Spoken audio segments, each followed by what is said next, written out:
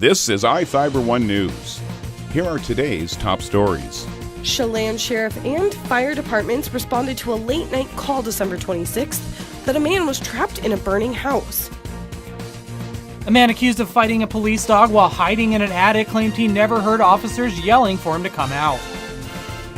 The cost to get into the Grant County Fair could be going up in 2018.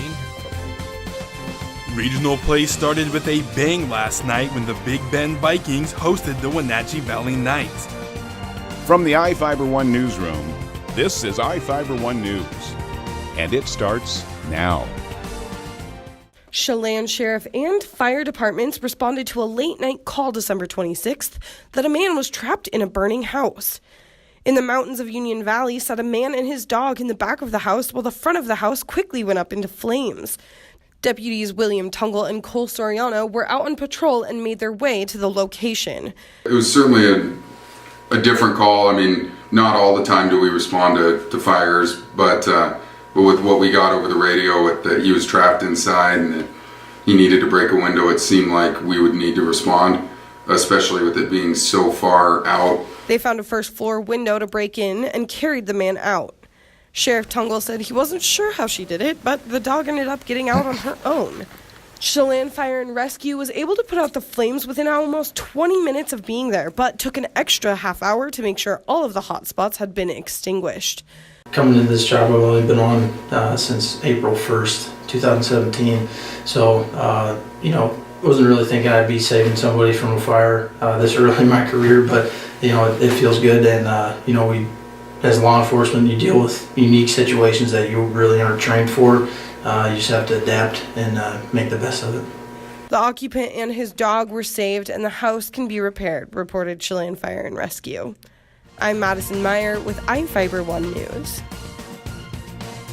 This segment is brought to you by Maytag and the family Pooch have a lot in common. Both are loyal, both aim to please, and both are tenacious dish cleaners. But only one can sanitize.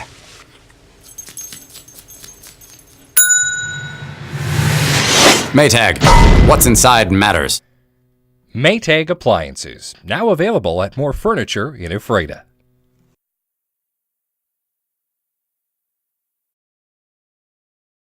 A man accused of fighting a police dog while hiding in an attic claimed he never heard officers yelling for him to come out.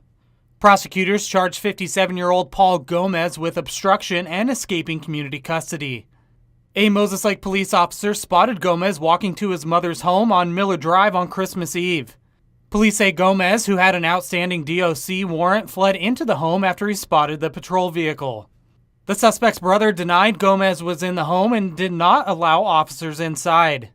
The suspect's mother later gave officers permission, and it was determined Gomez had climbed up into the attic. After multiple warnings that Canine Chica would be sent into the attic if Gomez refused to come down, the dog was carried up into the attic and began searching. Shortly after, Deputy Rick Char can be heard on video yelling at Gomez. Stop choking my dog! Stop choking my dog! Chica was then hoisted back down from the attic, and Gomez, bloodied from several bites, crawled down and was taken to medics waiting outside. Gomez required multiple stitches for wounds to his head and ear and was treated at Samaritan Hospital before being booked into jail. This is Joe Utter for iFIBER 1 News. This segment is brought to you by Are your taste buds bored? Well, then bring them to Jay's Teriyaki. Not only does Jay's have a variety of teriyaki dishes, they also offer mouth-watering salads and sides. Call Jay's 509-764-5155. Jay's Teriyaki, located at 123 East Broadway in Moses Lake, because it's all in the sauce. The cost to get into the Grant County Fair could be going up in 2018. A proposal is on the table to increase admission rates by as much as $2 per person and $4 for a season pass. Grant County's Commission Board is considering the rate increases proposed by Grant County Fairgrounds staff. According to staff, the increase in rates would provide an extra $20,000 in revenue that would be spent on improvements.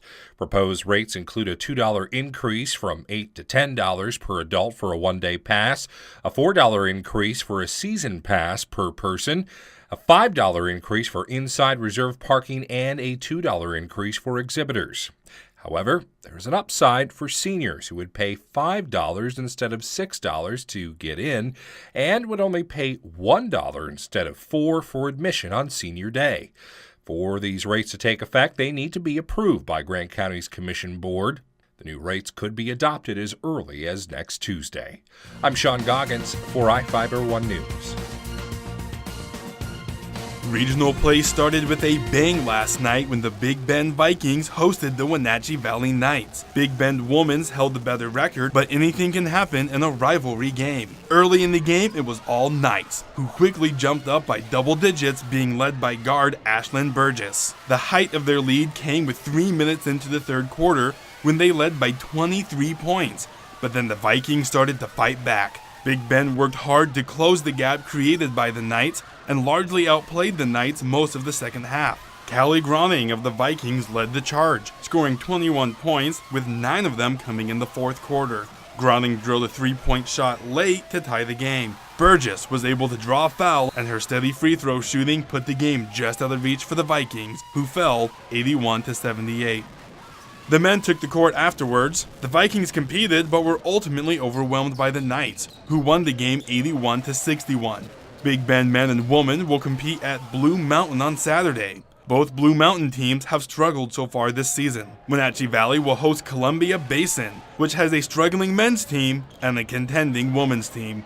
I'm Adam Chakosky for iFIBER 1 Sports. This is iFIBER 1 News. For more information on these stories and other news, visit us online at iFiber1.com or check us out on Facebook.